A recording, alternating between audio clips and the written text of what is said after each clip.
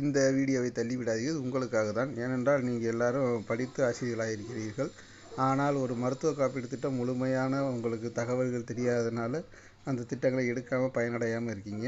So பிறகு தான் அதை உணர்ந்து நிறைய பேர் எடுக்கிறாங்க. ஸோ அதை முன்கூட்டியே உங்களுக்கு தெரியப்படுத்துறதுக்காக தான். ஸோ அரசு திட்டம்னா எப்படி செயல்படும், முதன்மையான ஸ்டார் ஹெல்த் இன்சூரன்ஸ்னால் எப்படி செயல்படும், அதனுடைய ப்ரீமியம் ஜாஸ்தியாக தான் இருக்கும்.